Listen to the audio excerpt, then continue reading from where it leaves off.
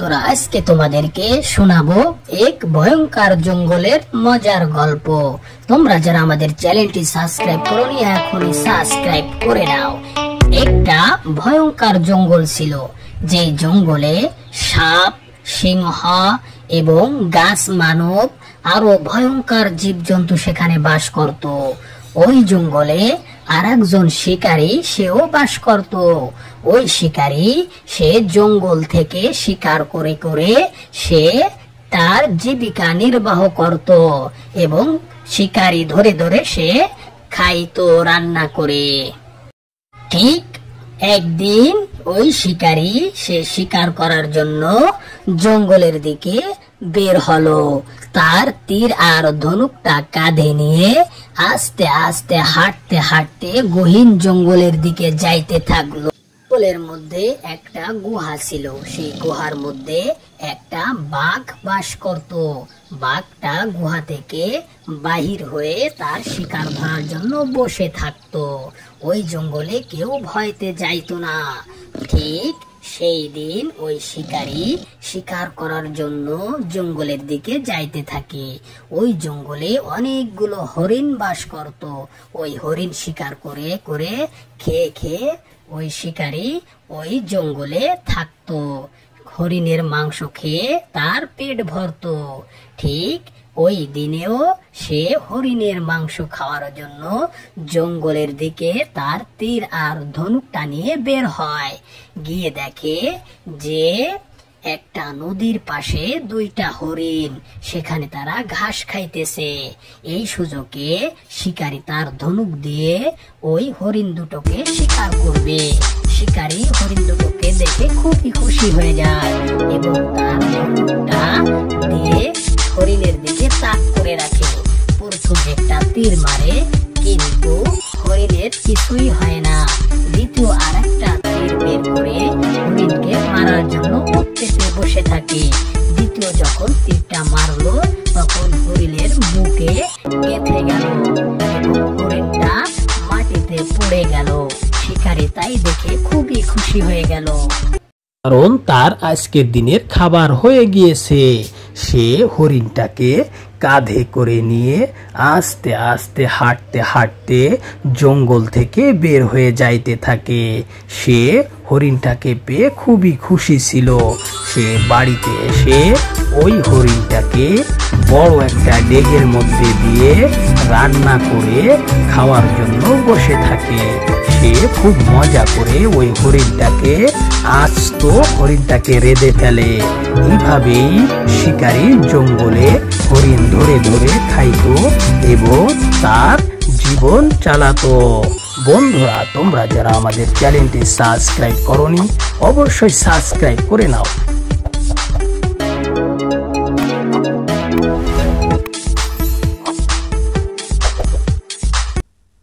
বন্ধুরা, আজ তোমাদেরকে একজন গরিব কৃষকের গল্প শোনাবো।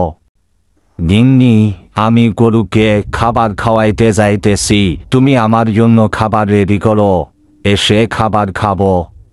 এই বলে গরিব কৃষক তার গাভীটাকে নিয়ে খাবার খাওয়ানোর জন্য সে নদীর পাড়ে একটা জমিতে প্রচুর পরিমাণে ঘাস, সেখানে তার গাভীটাকে খাওয়ায়ে মোটা তাজা করে এবং অনেক দুধ দেয়। আজও সে নদীর পাড়ে বসে তার গাভীটাকে বেঁধে দিয়েছে। আর তার গাভীটা খাবার খাওয়াইতেছে। তার গাভীটা খাবার খেয়ে খেয়ে অনেক মোটা তাজা হয়েছে এবং তাকে অনেক দুধ দেয়। এইভাবে গরিব কৃষক তার গাভীটাকে লালন পালন করতে থাকে আর এভাবেই তার সংসার চলতে থাকে। যখন গাভীটাকে খাওয়ানো শেষ হয়ে যায়, সে আস্তে আস্তে করে তার গাভীটাকে বাড়ির দিকে নিয়ে চলে যায়। এরপরে বাড়ি গিয়ে দুধ দহন করে ওই দুধ বাজারে বিক্রয় করে তার সংসার চালাইতে থাকে। আর বাড়িতে এসে সে খাবার খাওয়ার জন্য তার গিন্নিকে ডাকতে থাকে। ওই গো, খাবার দিয়ে যাও, আমার খুব ক্ষুধা লেগেছে, জলদি করে এসো, খাবার নিয়ে এসো। হ্যাঁ আসতেছি, একটু সবুর করো, এই তো খাবার প্রায় হয়ে গেছে, একটু সবুর করো, খাবার প্রায় তৈরি হয়ে গিয়েছে, এই তো আসতেছি। তারপর গরিব কৃষক খাবার খাইতে থাকে আর তার গিন্নি তাকে বলতে থাকে, শোনো, এভাবে চলতে থাকলে আমাদের সংসার আর সামনের দিকে আগাইবে না, কারণ তোমার যে ইনকাম এর দ্বারা আমাদের কিছুই হয় না। অন্য ভালো একটা কাজের সন্ধান করো, ঠিক আছে? তা না হলে কিন্তু আমি বাড়ি থেকে চলে যাব, তোমার সংসারে আর থাকবো না। আবার গরিব কৃষক নদীর পাড়ে এসে বসে তার মনের দুঃখগুলো বলতে থাকে, ও উপরওয়ালা, আমাকে একটু সাহায্য করো, আমাকে একটা ব্যবস্থা করে দাও, আমি যাতে নদীতে মাছ ধরে জীবিকা আহরণ করতে পারি। তখনই নদী থেকে একটা জলপরি উঠে আসে। জলপরি কৃষকের দুঃখের কথা শুনে বলতে থাকে, শোনো কৃষক, তোমার দুঃখের কথা আমি শুনেছি, তোমার দুঃখ নিবারণ করার জন্য তোমার মনের আশাকে আমি পূর্ণ করে দিব, কি চাও তুমি আমাকে বলো। ওই কৃষক বলল, আমাকে একটা জাল এবং একটা নৌকা দাও, যাতে করে এই নদী থেকে মাছ ধরতে পারে। তখন ওই পরী তার জাদুর সাহায্যে একটা জাল এবং একটা নৌকা তাকে দিল, বলল, তুমি সকালবেলা এখানে আসলেই একটা নৌকা দেখতে পাবে, আর ওই নৌকায় করে তুমি মাছ ধরে ধরে তোমার সংসার চালাইতে পারবে।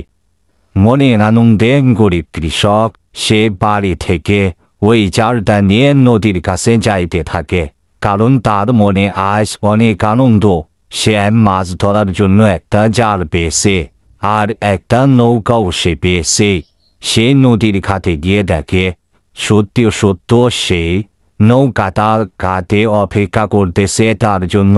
সেই নৌকায় চড়ে আস্তে আস্তে করে গভীর পানির মধ্যে যাইতে থাকে, যেখানে অনেক মাছ পাওয়া যায়। সে তার নৌকা এবং জালটাকে নিয়ে পাহাড়ের কাছে গভীর পানিতে সে চলে আসে, যেখানে অনেক মাছ পাওয়া যায়। মাছগুলো চারিপাশ দিয়ে শুধু লাফালাফি করতেছে। সে খুশিতে আত্মহারা হয়ে যায়। সে অনেক মাছ ধরার জন্য সে জালটাকে পানির মধ্যে ফেলে। এরপর তার জালে অনেক মাছ বাঁধে, অনেক বড় বড় মাছ তার জালে উঠে আসে।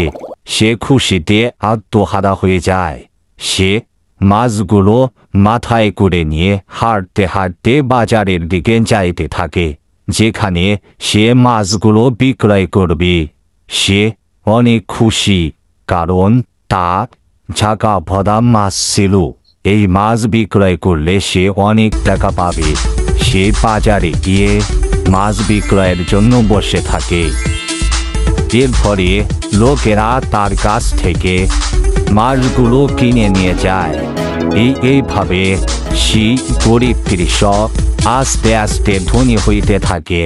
লোকেরা তাকে অনেকগুলো টাকা দেয়। সেই টাকাগুলো নিয়ে আস্তে আস্তে বাড়ির থেকে খুশি মনে যাইতে থাকে, কারণ এখন আর তার কোনো অভাব থাকবে না। বন্ধুরা, তোমরা যারা আমাদের চ্যানেলকে এখন সাবস্ক্রাইব করোনি, অতি শীঘ্রই সাবস্ক্রাইব করে নাও।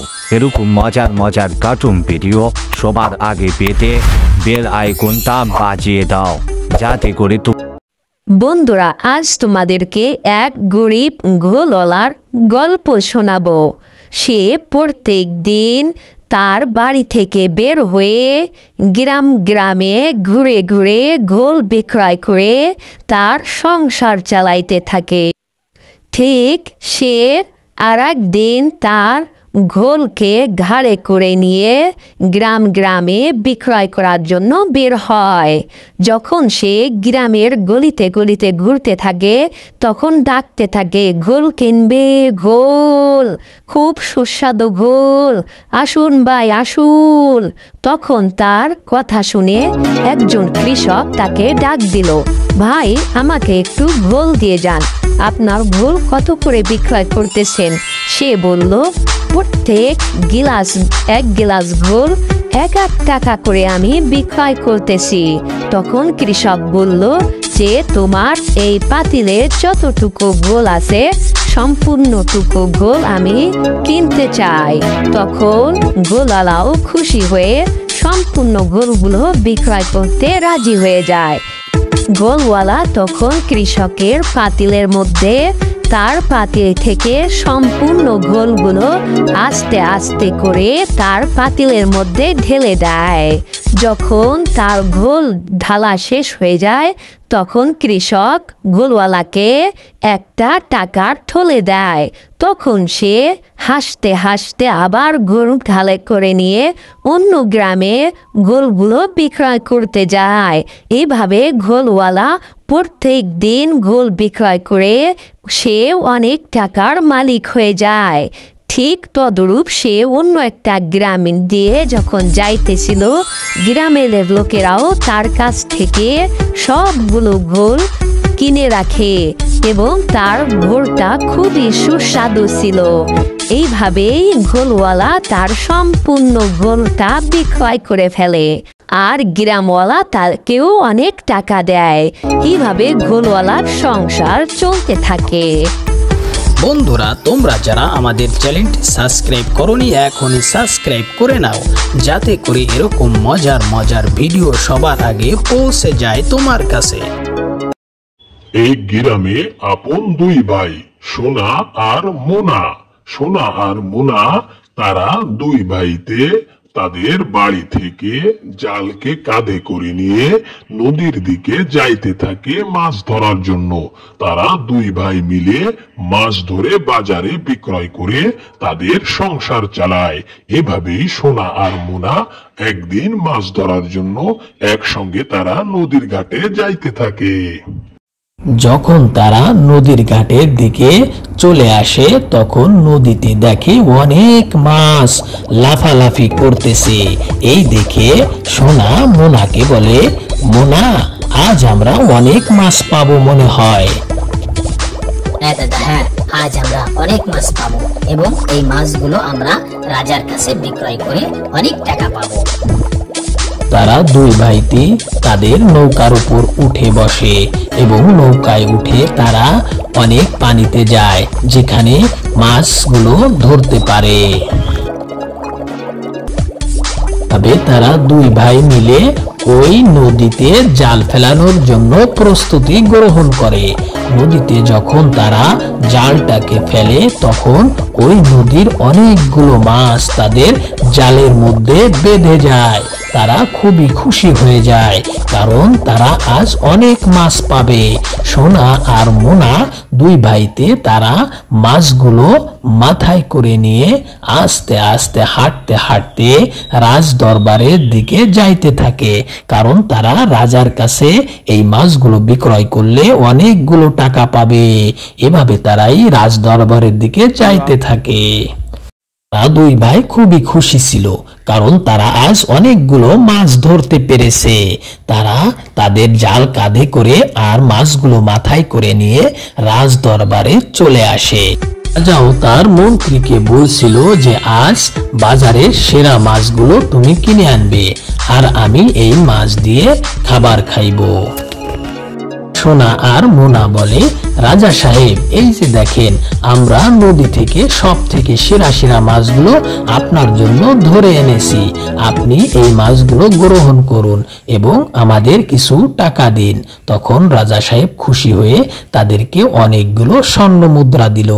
এভাবেই তারা খুশিতে হাঁটতে হাঁটতে আবার তাদের বাড়ির দিকে চলে আসে, কারণ তারা আজ অনেক খুশি ছিল, কারণ তারা অনেক মাছ পেয়েছে এবং অনেকগুলো টাকাও পেয়েছে। এজন্য তারা খুবই খুশি ছিল। এভাবে তারা হাঁটতে হাঁটতে রাজ দরবার থেকে তাদের বাড়ির দিকে দুজনে হাসতে হাসতে আনন্দ মনে চলে আসে। এভাবেই তাদের দুই ভাইয়ের জীবন চলতে থাকে। বন্ধুরা, তোমরা যারা আমাদের চ্যানেলটি এখনো সাবস্ক্রাইব করোনি অতি শীঘ্রই সাবস্ক্রাইব করে নাও। এরকম মজার মজার কার্টুন ভিডিও সবার আগে তোমার কাছে পৌঁছে যায়। এজন্য তোমরা অবশ্যই আমাদের চ্যানেলটি সাবস্ক্রাইব এবং আমাদের ভিডিওতে লাইক দিয়ে আমাদের সঙ্গে থাকবা। একজন কৃষক, তার দুইটা গরু ছিল। সে 2টা গরু দিয়ে গাড়ি বহন করাইতো এবং জমির হাল চাষ করাইতো। এইভাবে গরু 2টাকে খুবই কষ্ট দিত। এইভাবে সেই কৃষক দিনের পর দিন গরু 2টা দিয়ে গাড়ি বহন করাইতো। এক জায়গা থেকে অন্য জায়গা মালগুলো তাদের দ্বারা বহন করাই নিত। এইভাবেই সেই কৃষক গরু 2টার উপর খুবই অত্যাচার করতে থাকে। আবার সেই গরু 2টা দিয়ে হাল চাষ করাইতো। দিনভর সেই গরু 2টা দিয়ে হালে চাষ করাইতো এবং গরু 2টাকে খুবই কষ্ট দিত। এইভাবেই ওই কৃষক গরু 2টার উপর খুবই অত্যাচার করতে থাকে। একদিন ওই কৃষক গরু 2টাকে বলতে থাকে, এই তোমরা শুনো, এখানে থাকবে, তোমাদেরকে বেঁধে রেখে গেলাম। কালকে কিন্তু আবার লাঙ্গুল চষতে হবে আর গাড়ি বহন করে এই জায়গা থেকে অন্য জায়গা মাল নিতে হবে। তোমরা থেকো, কিন্তু পলায় যেও না, কিন্তু আমি গেলাম, তোমরা এখানে রাত ভরে থাকবে। তখন গরু 2টা পরামর্শ করলো যে আমরা আর এই মালিকের আন্ডারে থাকবো না, আমরা আজ রাত্রেই এখান থেকে পলায়ন করে চলে যাব। তখন 2টা গরু একজন আর একজনের সঙ্গে পরামর্শ করতে থাকে। এরপর সেখান থেকেই সেই রাতের বেলা 2টা গরু হাঁটতে হাঁটতে ওই মালিকের বাড়ি ছেড়ে গহীন জঙ্গলের দিকে যাইতে থাকে, যেখানে তারা অনেক ঘাস পাইবে এবং সেই ঘাস খাইবে আর সেখানে আরাম করে থাকবে, তাদের আর কষ্ট করা লাগবে না। এই মনে করে তারা হাঁটতে হাঁটতে গহীন জঙ্গলের দিকে যাইতে থাকে। যতই যাইতে থাকে সেখানে সবুজ শ্যামল ঘাস দেখে তারা খুশিতে আনন্দে আত্মহারা হয়ে যায়। যখন গরু 2টা গহীন জঙ্গলে চলে আসলো, তখন হঠাৎ করে তারা একটা বাঘের গর্জন শুনতে পায় আর বাঘটা তাদের দিকে ধেয়ে আসতেছে। এই দেখে গরু 2টা খুবই বাঘের ভয়ে সেখান থেকে একটা গরু পালিয়ে যায় আর বাঘে আর একটা গরু আক্রমণ করে এবং সেই গরুটাকে কামড়িয়ে মেরে ফেলে এবং তার গোশত মজা করে খাইতে থাকে। তখন তারা বুঝেছে যে আমাদের পলায়ন করা ঠিক হয়নি। মালিক আমাদের যতই কষ্ট দিত না কেন, আমাদের আজ এই বাঘের মুখে যাইতে হতো না। মালিকের বাড়ি থাকাই আমাদের জন্য ভালো ছিল। বন্ধুরা, তোমরা যারা আমাদের চ্যানেলটি সাবস্ক্রাইব করনি, এখনই সাবস্ক্রাইব করে নাও, যাতে করে এরকম সুন্দর সুন্দর ভিডিও সবার আগে পৌঁছে যায় তোমাদের কাছে। ধন্যবাদ সকলকে।